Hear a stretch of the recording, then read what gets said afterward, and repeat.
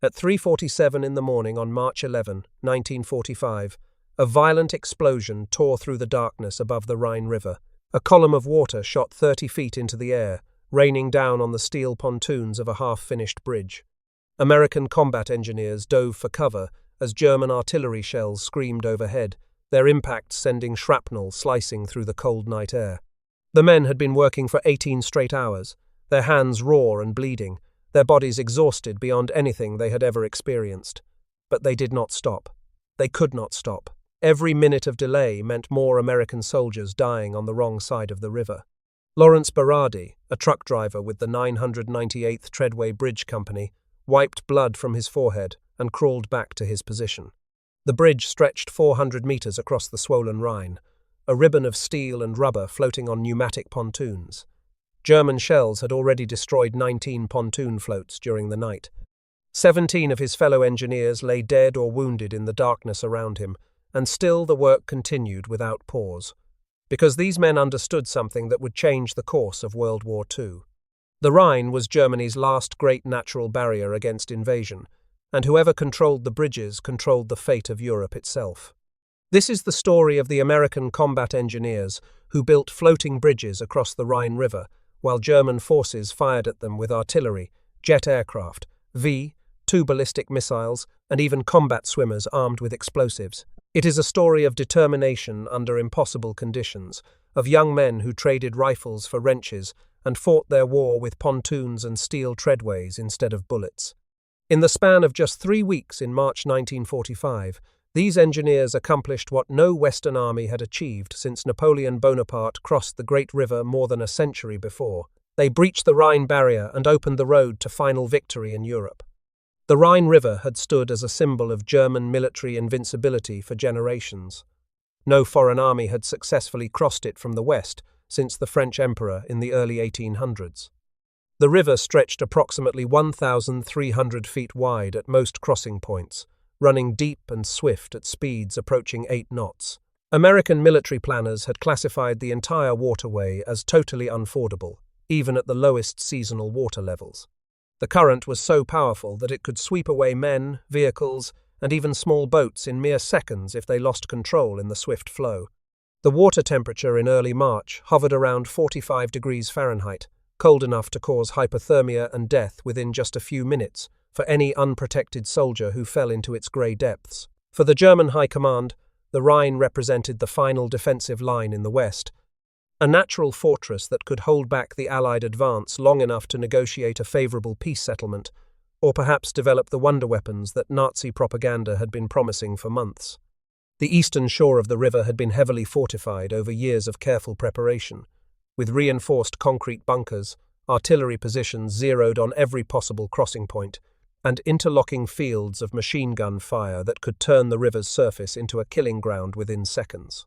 Every bridge spanning the mighty river had been wired with thousands of pounds of demolition charges, ready to be destroyed the moment Allied forces approached within striking distance. German engineers had practiced these demolitions repeatedly, calculating exactly how much explosive force was needed to drop each span into the cold water below. The standing orders from Adolf Hitler himself were absolutely clear. No bridge would fall into Allied hands intact. By early 1945, the war in Europe was entering its final decisive phase. The Battle of the Bulge had ended in late January with a crushing German defeat. The Allies had pushed through France and Belgium, liberating Paris and Brussels. Soviet forces were advancing from the east, approaching Berlin. Now 3 Allied army groups stood on the western bank of the Rhine, poised to deliver the killing blow to Nazi Germany. But the river stood in their way. In the first weeks of March 1945, German engineers systematically destroyed every Rhine bridge as American forces approached. At Cologne, the massive Hohenzollern Bridge was blown into the river. At Bonn, the same fate befell the historic crossing.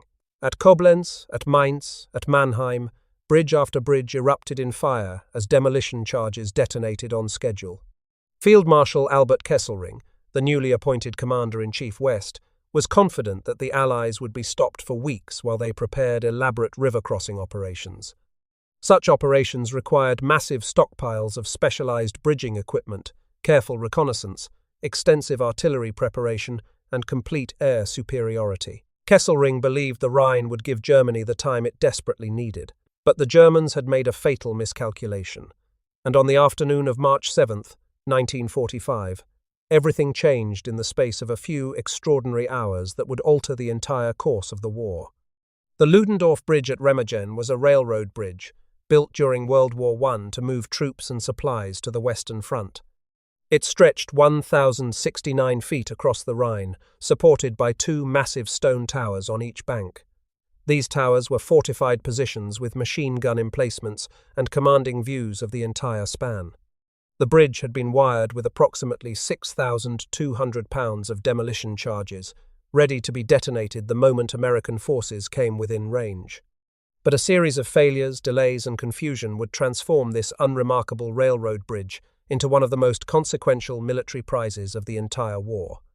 At approximately 15:30 hours on March 7th, soldiers of the 9th Armoured Division's Combat Command B, commanded by Brigadier General William M. Hoge, arrived at the bluffs above Remagen. They expected to see another destroyed crossing.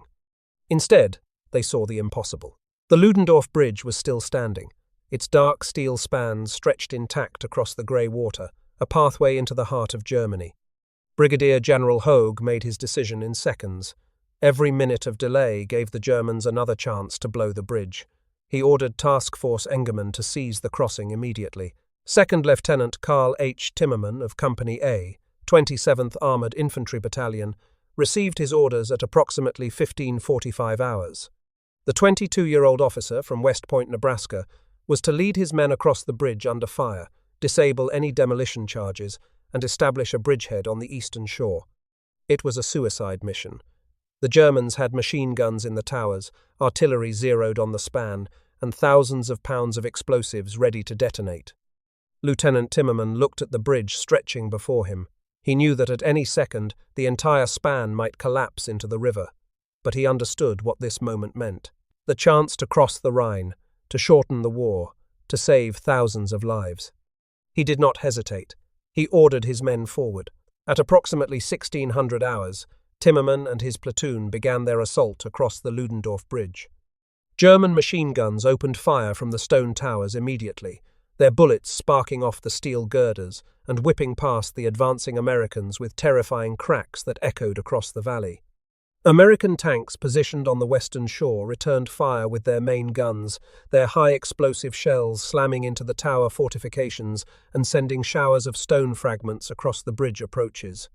Tank destroyers joined the bombardment, pouring round after round into the German positions to suppress the defenders and provide cover for the assault. Smoke and dust filled the air, reducing visibility to just a few dozen yards as Timmermann's men sprinted forward across the span. They dodged between the railroad tracks, using the massive steel trusses for whatever cover they could find against the incoming fire.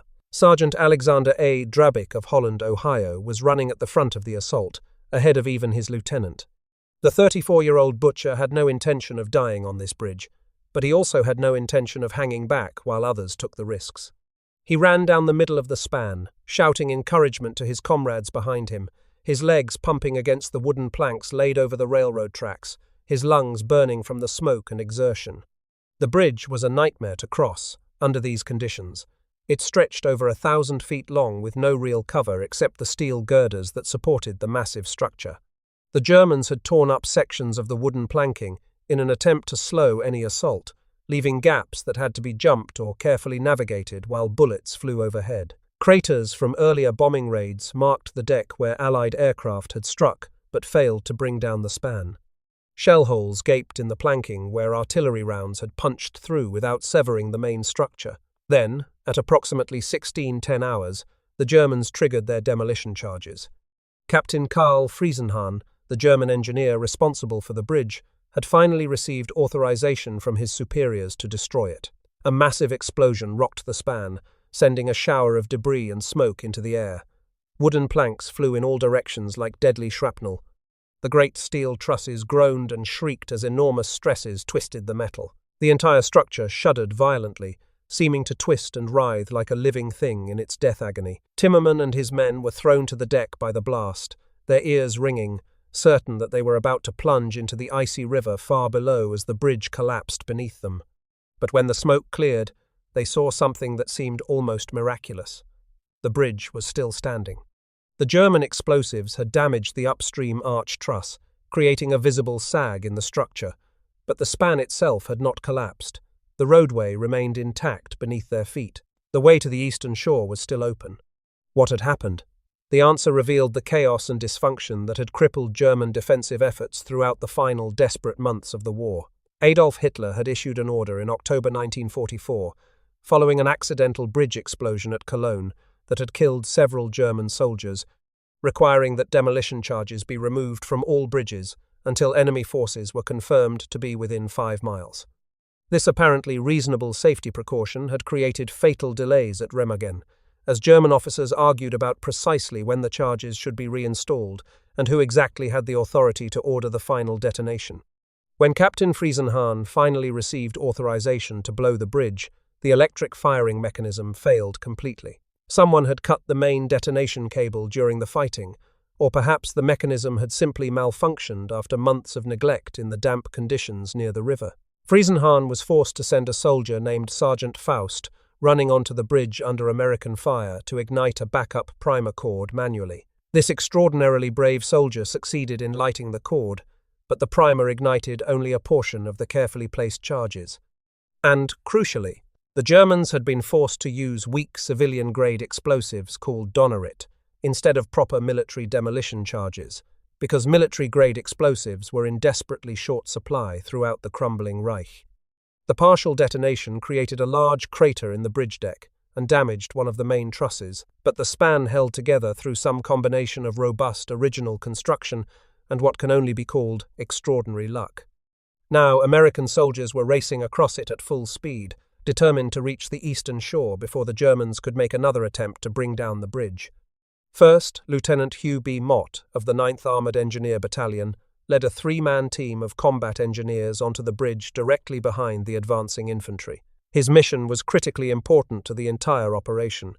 He was to find and cut any remaining demolition wires, preventing any possibility of a second detonation attempt that would drop the span into the river with hundreds of Americans on it. As bullets whipped past them, Mott and his men crawled along the span on their hands and knees, locating demolition cables and cutting them wherever they found them. They traced wires that ran along the trusses, under the planking, through conduits built into the original structure decades before.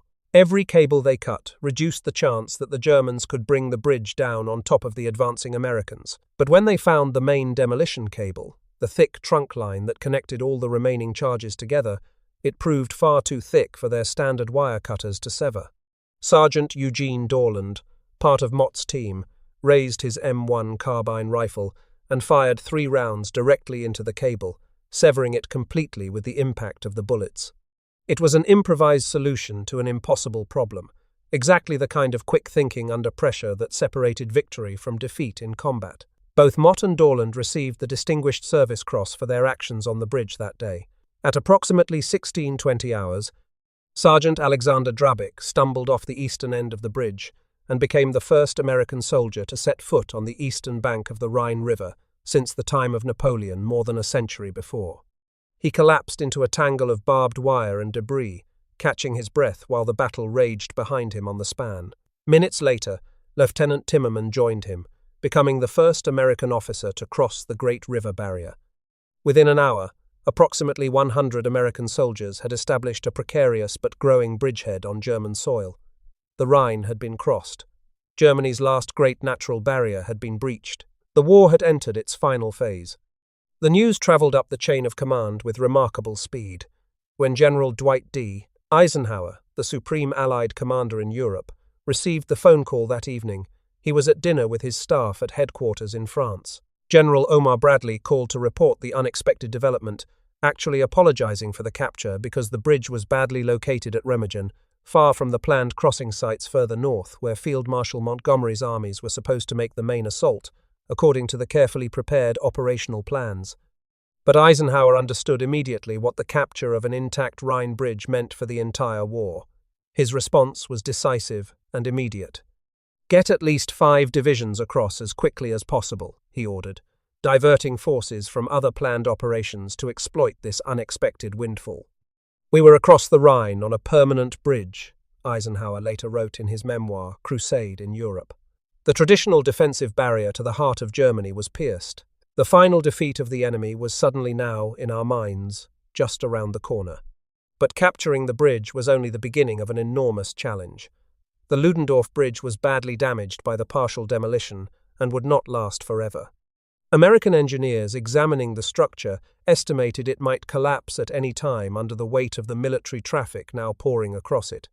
Commanders knew with certainty that they needed to build additional crossings immediately to exploit their unexpected success before the original bridge gave way. And the Germans were absolutely determined to destroy the bridgehead before it could be reinforced to the point where it became unassailable.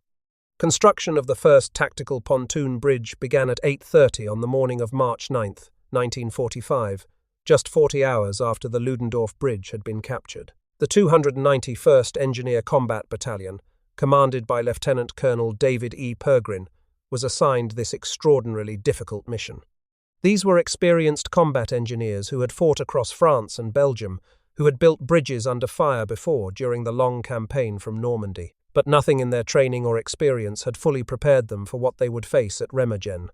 Their task was to build an M2 steel treadway bridge, approximately 400 meters downstream from the Ludendorff Bridge. The crossing would stretch 1,032 feet across the swollen Rhine, supported by pneumatic pontoon floats that would rise and fall with the powerful current.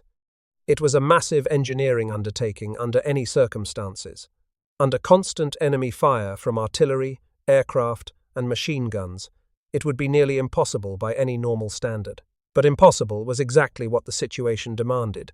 The construction site was immediately nicknamed Suicide Point by the engineers who worked there, and the grim name proved terrifyingly accurate. German artillery positioned on the eastern heights had direct observation of the entire span under construction. Forward observers could see every move the American engineers made and call down fire with deadly precision. Every few minutes, artillery shells screamed down from the sky, exploding in the water or among the working parties on the muddy banks. Each explosion sent geysers of water and mud into the air, soaking the men and their equipment. Each shell could destroy hours of careful work in a single devastating second. Machine gun fire from positions on the heights raked the pontoons whenever the gunners had clear sight lines, forcing the engineers to duck and take cover constantly. Luftwaffe aircraft strafed the construction crews with cannon fire and dropped bombs throughout the day and night, their attacks often coming without warning from the grey, overcast skies. The engineers worked in rotating shifts, some men building the bridge, while others manned anti-aircraft guns to defend the construction site from the constant air attacks. They worked through the daylight hours when German artillery was most accurate because observers could clearly see their targets.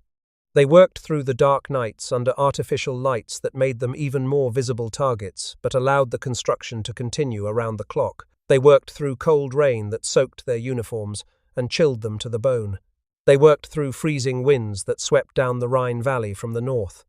They worked through exhaustion that went far beyond anything they had ever experienced before. Each M2 treadway bridge section consisted of prefabricated steel panels that locked together to form a roadway capable of supporting tanks and heavy vehicles, supported by inflatable rubber pontoons that provided buoyancy in the swift current. Each pontoon had to be carried to the water's edge by teams of exhausted men, inflated with hand pumps until it was rigid enough to support the weight above it, and then positioned precisely in the powerful current using guide ropes and sheer physical effort against the rushing water. The steel sections had to be connected with treadway pins, a process that required steady hands and precise work even under ideal training conditions.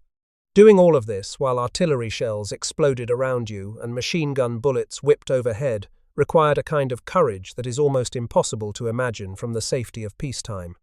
On the night of March 10th, a German artillery shell scored a direct hit on a working party as engineers began constructing a Bailey Bridge to supplement the pontoon crossing.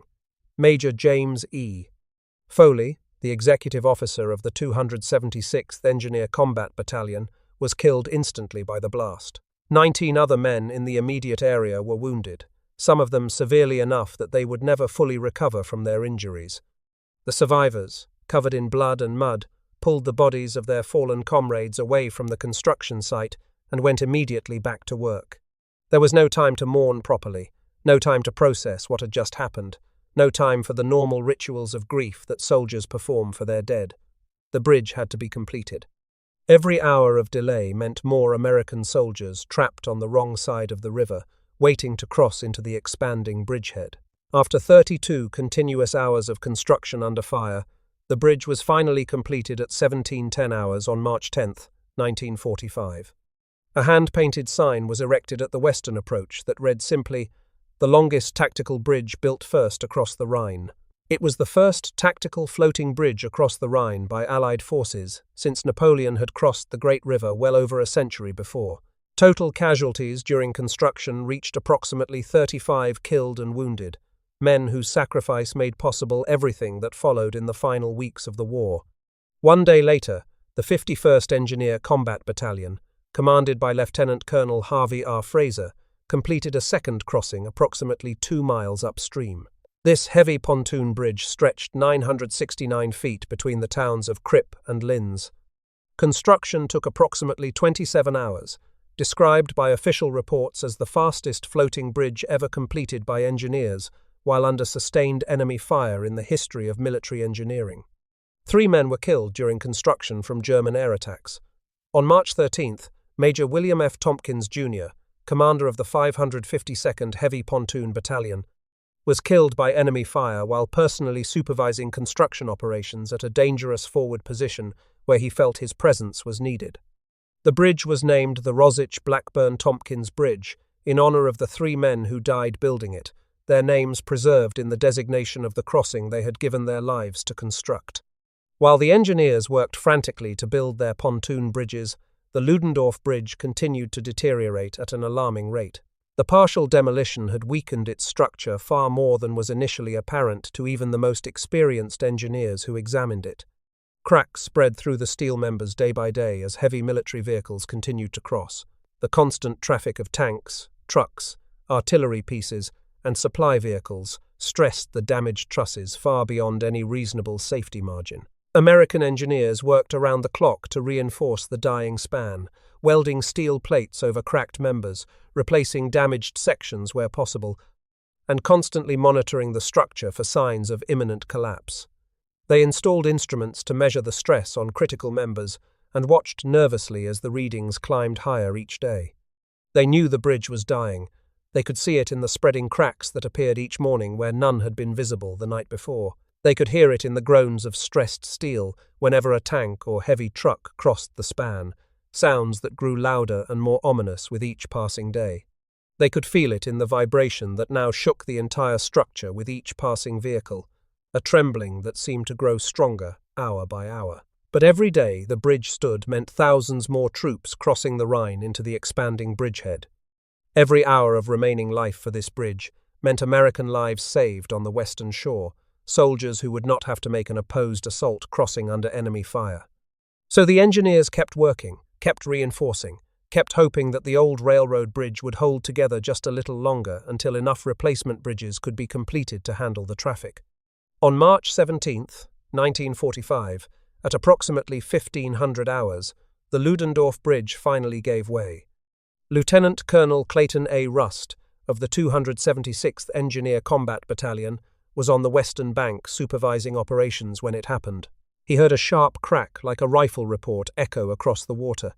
It was a rivet shearing under stress, the first of thousands. Then another crack, and another, building rapidly into a continuous drumroll of failure. The sounds multiplied into a continuous roar as the entire structure began to twist and buckle under stresses it could no longer bear. Engineers on the bridge realized what was happening and ran for their lives toward whichever bank was closer, sprinting desperately across the groaning, swaying deck as the structure collapsed around them. Some made it to safety in desperate sprints across the failing span. Others did not. The entire bridge collapsed into the Rhine with a tremendous crash that sent a wave of water and debris surging across the river. The sound of the collapse was heard for miles in every direction. 28 American engineers were killed in the collapse, including 18 who were listed as missing and presumed drowned because their bodies were never recovered from the swift current that swept them downstream. 63 more were wounded, some critically. Among the confirmed dead was Major William S. Carr of the 1058th Engineer Port Construction and Repair Group, who had been operating a crane on the bridge to repair the critical bottom cord when the collapse finally came. The loss of the Ludendorff Bridge was a genuine tragedy that cast a pall over the American forces at Remagen, but it did not stop the American advance even for a moment. By the time the bridge fell, approximately 25,000 American troops had already crossed on its damaged span to establish and expand the bridgehead on the eastern shore. Multiple pontoon bridges built by the combat engineers were now fully operational, carrying a steady stream of reinforcements and supplies to the eastern shore. The bridgehead was secure and expanding daily against increasingly desperate German resistance. Germany's last great natural barrier had been permanently breached by the courage and sacrifice of the combat engineers, and the Ludendorff Bridge had done its job magnificently in the 10 days before its final collapse. But the Germans did not accept their defeat quietly or passively. In the 10 days between the capture of the Ludendorff Bridge and its collapse, they unleashed the most intense and varied defensive effort of the entire war against the Remagen crossing. Every weapon remaining in the German arsenal was turned against the bridges, from conventional artillery to revolutionary jet aircraft to weapons that had never been used in combat before. 367 German aircraft attacked the bridge area in the 10 days following its capture, a concentration of air power that the Luftwaffe could barely manage at this late stage of the war. This air assault included weapons that represented the absolute cutting edge of military technology. The Arado AR-234B2 was the world's first operational jet bomber, capable of speeds over 500 miles per hour, that made it virtually impossible to intercept using conventional piston-engined fighter aircraft. The Messerschmitt Me-262 was a revolutionary jet fighter bomber that could outrun anything else in the sky and carried bombs and rockets for ground attack missions. On March 13th, a combined force of 19 AR-234s and 30 Me-262s launched the largest jet aircraft attack in history, the world's first combined jet strike against a ground target. The Americans were ready for them despite the unprecedented nature of the threat. They had deployed the largest concentration of anti-aircraft weapons in the entire war to protect the bridges at Remagen.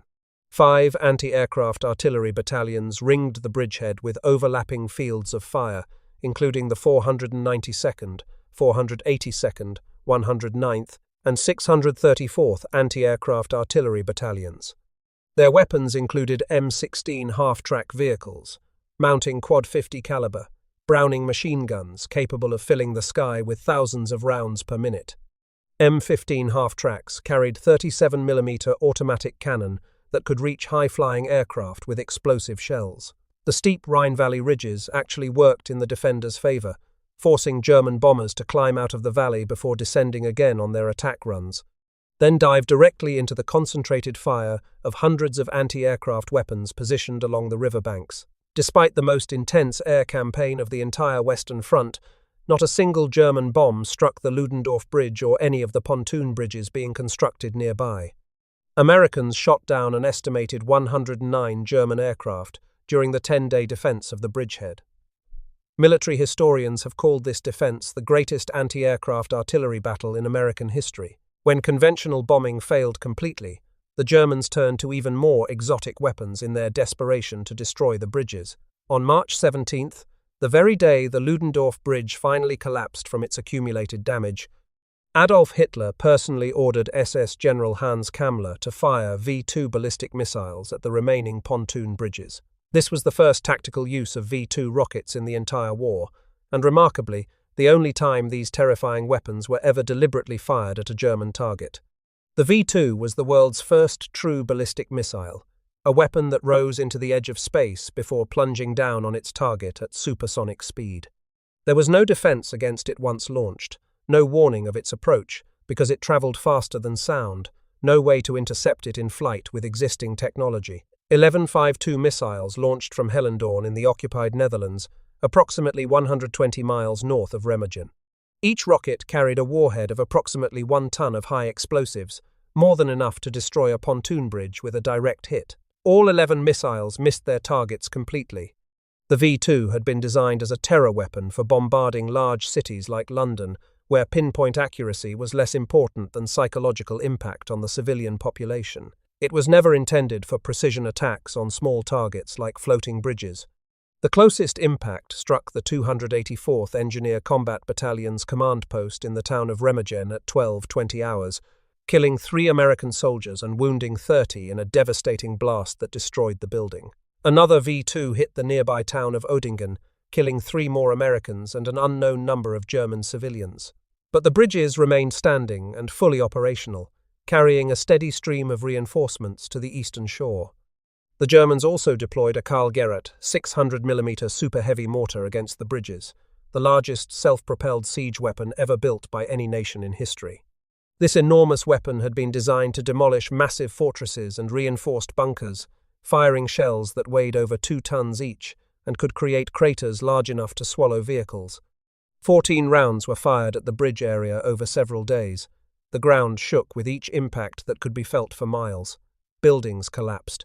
Enormous craters appeared that could have swallowed trucks whole, but not a single round struck a bridge. A massive railroad gun was also employed against the crossing, its gigantic shells shrieking across miles of sky before impact. This weapon was equally without effect against the narrow target of floating pontoon bridges stretching across the river. Perhaps the most audacious German effort came from beneath the water rather than above it. On the night of March 20th, SS Obersturmbannführer Otto Scorzini, Hitler's favorite commando leader who had famously rescued the Italian dictator Benito Mussolini from captivity in a daring glider raid, personally organized a sabotage mission using specially trained combat swimmers. 7 SS frogmen donned Italian-manufactured underwater breathing apparatus and insulated rubber suits, then entered the near-freezing Rhine River at approximately 45 degrees Fahrenheit, about 17 kilometers upstream from the pontoon bridges. Their desperate plan was to float downstream with the powerful current, using oil drums for buoyancy, and attach explosive charges to the rubber pontoons supporting the American bridges. It was a mission with virtually no chance of survival, even if successful, but Scorzini specialized in desperate missions that more cautious commanders would never attempt. In the darkness of a moonless night, the frogmen might just be able to reach their targets undetected. The Americans detected them using an unexpected secret weapon. The 738th Tank Battalion had deployed canal defense lights along the riverbank. 13 million candle-power armored searchlights mounted on modified M3 Lee tanks. These extraordinarily powerful lights had been developed in absolute secrecy for years and were being used in actual combat for the first time at Remagen. Their blinding illumination could turn night into brilliant artificial day along the entire river surface for miles in either direction. When the lights swept the water, the frogmen were exposed as dark shapes, bobbing helplessly in the current, with nowhere to hide from the watching Americans. All 7 German swimmers were killed or captured before any of them could reach their targets. Additionally, the 164th Engineer Combat Battalion had constructed log and net booms upstream to catch floating mines and explosive barges that the Germans sent drifting downriver toward the bridges on the current. Every single German sabotage attempt at Remagen was defeated by American vigilance, preparation, and determination to hold the bridgehead at any cost. Adolf Hitler's reaction to losing the Remagen Bridge was absolutely volcanic. He called it a military catastrophe of the first order and a national disaster of incalculable proportions. Heads would roll, quite literally. He immediately dismissed Field Marshal Gerd von Rundstedt as Commander-in-Chief West, replacing him with Albert Kesselring from the Italian front. Then he dispatched General-Leutnant Rudolf Hübner, described by everyone who knew him as a fanatical and reliable Nazi with no legal experience whatsoever, to lead a flying special court-martial West, with unlimited authority to execute anyone deemed responsible for the bridge's capture. This was not justice by any definition, it was revenge and terror. Hübner's mobile court-martial travelled rapidly to the units responsible for the Rhine defences and conducted summary trials that were clearly predetermined to end in execution, regardless of actual guilt or responsibility for the Rhine. Disaster. 4 German officers were shot in the back of the neck for failing to destroy the bridge, dying as condemned traitors to the Reich. Major Hans Scheller had arrived at the bridge just 2 hours before the American attack began and barely knew where the demolition controls were located. Lieutenant Karl-Heinz Peters was merely a passerby, a young officer trying to move an experimental anti-aircraft weapon across the bridge to the eastern shore when the Americans suddenly appeared. Major Herbert Strobel was in charge of combat engineers in the general sector, but had received contradictory orders about demolition procedures from multiple headquarters. Major August Kraft was Strobel's commanding officer, equally confused by the conflicting directives coming from higher authority. None of these four men bore significant, actual responsibility for the bridge's capture. The failures were systemic, the result of poor communication between headquarters, inadequate supplies of military-grade explosives, equipment that had deteriorated from neglect, and, most importantly, Hitler's own contradictory orders about demolition procedures that had created fatal confusion about when and how bridges should be destroyed. But the Führer demanded blood for this humiliation, and Hübner eagerly provided it. In a separate proceeding, General Major Richard von Bothmer, commander of Bonn and Remagen, was tried by the Stand Court of the 74th Army Corps for evacuating Bonn without a fight. During his trial on March 10th, in a final act of desperate defiance, he seized a pistol from one of the court officials and ended his own life rather than face the humiliation of conviction. Captain Willy Bratje, the actual bridge combat commander who had been present during the entire American assault, was sentenced to death in absentia. He survived only because he was already an American prisoner of war, safely beyond Hübner's murderous reach. While the drama at Remagen captured newspaper headlines around the world, another American commander was executing his own Rhine crossing with characteristic flair. General George S. Patton had watched with barely concealed frustration as the First Army received all the glory for the unexpected Remagen capture. His Third Army had been racing across Germany at unprecedented speed, covering ground faster than any military force in history. Patton was absolutely determined that his army would cross the Rhine before Field Marshal Bernard Montgomery's massive Operation Plunder, the carefully planned main assault scheduled for March 24th. On the night of March 22nd, 1945, a full day before Montgomery's elaborately planned assault was scheduled to begin, the 5th Infantry Division of Patton's Third Army crossed the Rhine at the towns of Nierstein and Oppenheim in assault boats. At approximately 2200 hours, 500 assault boats, manned by the 204th Engineer Battalion, carried 2 full battalions of the 11th Infantry Regiment across 800 to 1200 feet of dark, cold water.